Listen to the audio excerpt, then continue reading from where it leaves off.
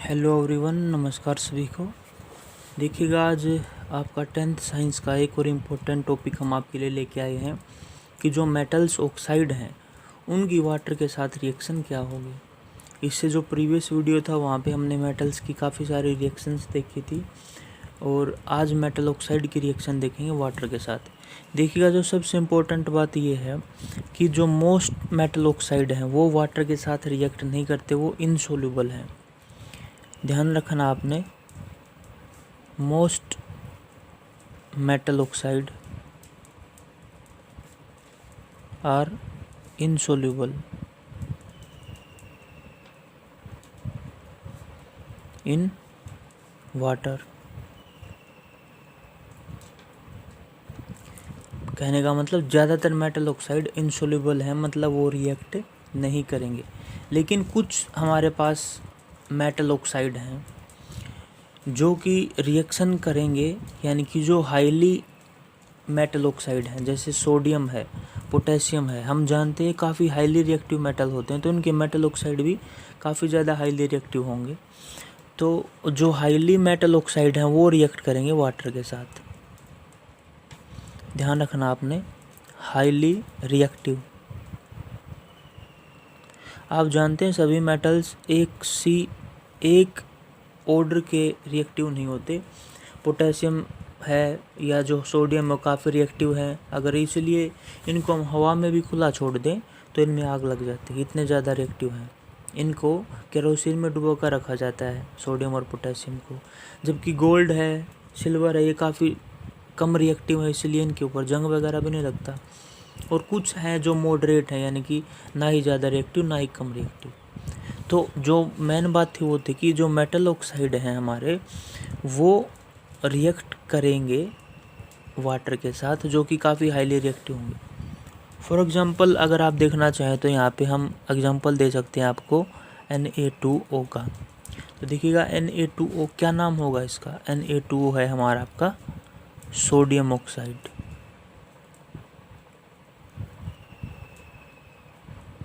ये आपका sodium oxide है और ये रिएक्ट करेगा आपका वाटर के साथ। तो आपने ध्यान में रखना है, जब ये रिएक्ट करेगा वाटर के साथ तो जो हमारा प्रोडक्ट होगा, आपने ध्यान में रखना है, वो अल्कलीज प्रोडक्ट आपको देखने को मिलेगा। यानी कि कहने का मतलब क्या हुआ, जब भी आपका मेटल ऑक्साइड, देखिएगा सोडियम मेटल थी और इसका ऑक्साइड क्या हुआ, सोडियम ऑक्साइड। ये वाटर है आपका लिक्विड वाटर, इसके साथ रिएक्ट करेगा तो एल्कलीज बनते हैं। ध्यान रखिएगा, जब भी मेटल ऑक्साइड वाटर के साथ रिएक्ट करेगा तो एल्कलीज बनते हैं। एल्कलीज मतलब बेसिस नेचर के होते हैं। आप जानते हैं NaOH बना, ये आपका क्या है, ये आपका है सोडियम हाइड्रोक्साइड। आप सभी इसका नाम जानते हैं, हमने आपको इसको बनाने का मेथड भी सिखाया था। अगर आप वो देखना चाहते हैं तो आप प्रीवियस वीडियो पे विजिट करके वहाँ भी इसको देख सकते हैं। इसी तरीके से अगर आप देखें तो जो हमारा पोटेशियम ऑक्साइड है K2O, वो भी वाटर के साथ रिएक्ट करेगा और उसी तरीके से आपका ये बना देगा पोटेशियम हाइड्रोक्साइड। ये सोडियम हाइड्रोक्साइड था, K पोटेशियम होता है, K2 आपका क्या था, ये था आपका पोटेशियम ऑक्साइड। इसने वाटर के साथ रिएक्ट किया तो इसने आपका बना दिया यहाँ पे आपका पोटेशियम हाइड्रोक्साइड। ये आपका पोटेशियम हाइड्रोक्साइड यहाँ पे। इसी के साथ यहाँ पे कई बार क्वेश्चन पूछ लिया जाता है students.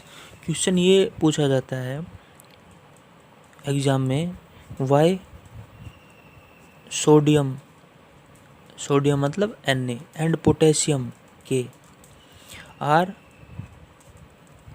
emerge in kerosene.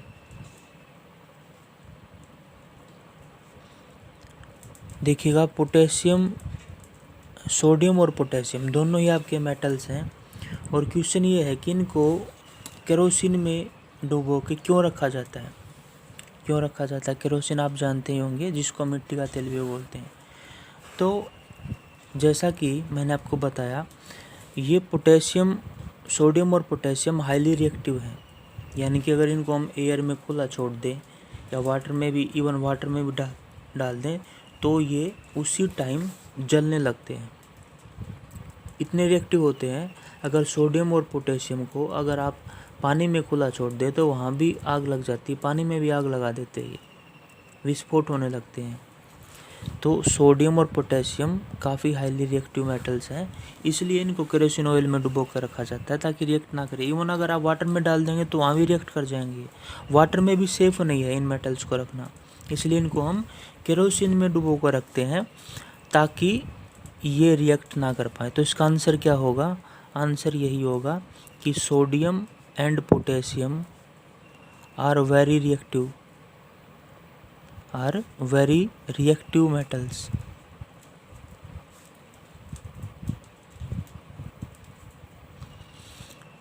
They catch fire. आगे लिखेंगे they will catch fire.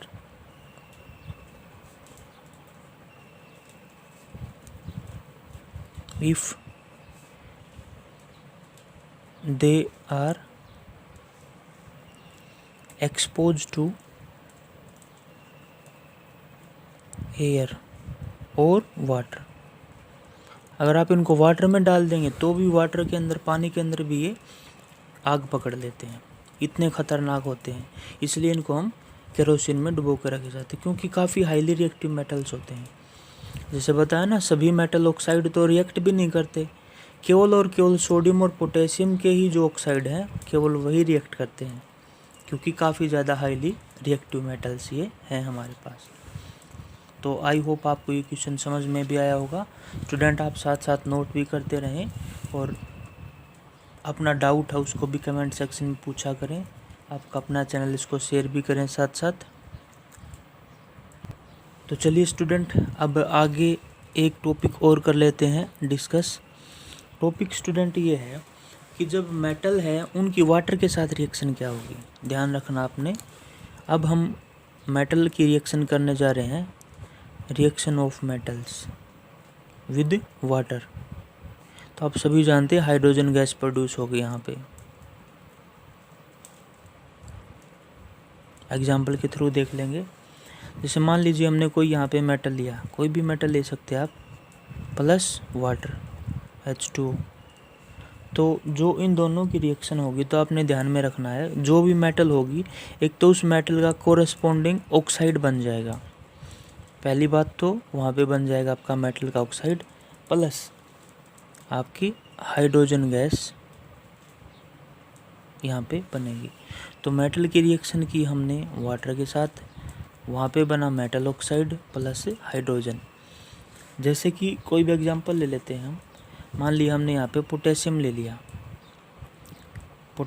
लिया 2 मॉलिक्यूल्स और इसकी रिएक्शन करवा दी हमने वाटर के साथ।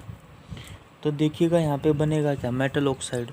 तो पोटेशियम का मेटल ऑक्साइड क्या होगा, डेफिनेटली पोटेशियम हाइड्रोक्साइड बनेगा आपका। तो 2KOH प्लस आपका हाइड्रोजन गैस, प्लस ये रिएक्शन है आपकी एक्जोथर्मिक रिएक्शन है और इसमें हीट एनर्जी आपकी रिलीज होगी। तो ये आपने ध्यान में रखना है। पोटेशियम ने वाटर के साथ रिएक्ट किया तो पोटेशियम हाइड्रोक्साइड बनाया, प्लस हाइड्रोजन गैस बनी साथ में, और प्लस में आपकी हीट एनर्जी भी यहाँ पे रिलीज होगी। इसी तरीके से अगर आप देखिए, मान लीजिए ऐसे ही आप रिएक्ट करवा दें सोडियम की वाटर के साथ, सोडियम की रिएक्शन वाटर के साथ, जैसे मैंने आपको बताया ना हीट एनर्जी, यानी कि वाटर के साथ ये रिएक्ट करते हैं तो आग लग जाती है पानी में, इतनी ज़्यादा एनर्जेटिक रिएक्शन होती है ये। तो इसी तरीके से जब सोडियम रिएक्ट करेगा तो सोडियम हाइड्रोक्साइड बना देगा, तो जो आपका प्रोडक्ट है वो होगा आपका सोडियम हाइड्रोक्साइड, प्लस उसी तरीके से हाइड्रोजन गैस आपकी इवोल्व होगी, प्लस में हीट एनर्जी भी आपकी यहाँ पे बनेगी। तो स्टूडेंट इस तरीके से आपने देखा कि ये जो मेटल है इनकी जो रिएक्शन है वो वाटर के साथ आसानी से हो जाती है, जो हाईली रिएक्टिव मेटल्स हैं। अब आपने यहाँ पे देखा स्टूडेंट्स कि पोटेशियम और सोडियम ने जो बनाए यहाँ पे रिएक्शन की वाटर के साथ, हाइड्रोजन गैस बनी और हीट एनर्जी इवोल्व हुई। तो होता क्या है, इस हीट एनर्जी की वजह से हाइड्रोजन गैस होती है फायर, यानी कि इसमें आग लग जाती है हाइड्रोजन गैस में। इस हीट की वजह से हाइड्रोजन गैस में आग लग जाती है। तो ये इसीलिए बोला जाता है कि सोडियम और पोटेशियम को नहीं रखना चाहिए, क्योंकि वो रिएक्ट करेंगे और आग लगा देंगे वाटर में भी। लेकिन एक इम्पोर्टेंट बात यहाँ पे ये है, अगर हम थोड़ा सा लेस रिएक्टिव मेटल ले लें, लेस रिएक्टिव का मतलब मान लीजिए एग्जांपल के थ्रू मैंने यहाँ पे कैल्शियम ले लिया, क्या कैल्शियम के अंदर भी जो है आग लगेगी?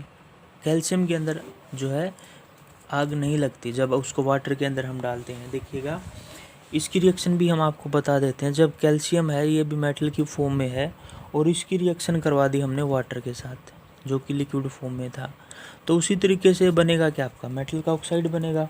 अब कैल्शियम का मेटल ऑक्साइड आप सभी जानते हैं, वो कैल्शियम हाइड्रोक्साइड होगा प्लस हाइड्रोजन गैस बनती है। यहाँ पे देखिएगा होगा क्या कि इस रिएक्शन में जो है हीट एनर्जी प्रोड्यूस नहीं होती। यहाँ पे ये जो रिएक्शन है इसमें हीट एनर्जी प्रोड्यूस नहीं होती, केवल हाइड्रोजन गैस बनती है।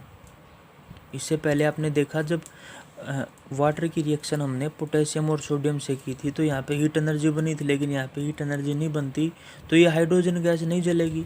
तो ये जो कैल्शियम है ये सेफ है, ये आपका जो है आग को फायर कैच, जो इसमें आग नहीं लगेगी। लेकिन एक बात देखा जाता है कि ये जो कैल्शियम है ये वाटर के अंदर डालते हैं तो ये फ्लोट करने लगता है।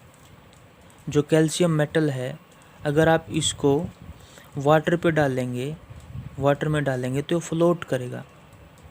अब फ्लोट करने का रीज़न क्या है कि ये जो हाइड्रोजन गैस यहाँ पे बनती है वो आग तो पकड़ती नहीं, तो हाइड्रोजन गैस क्या होती है, कैल्शियम हाइड्रोक्साइड के साथ बनी रहती है और उसके बबल्स बन जाते हैं छोटे छोटे, जो कि काफ़ी हल्के होते हैं।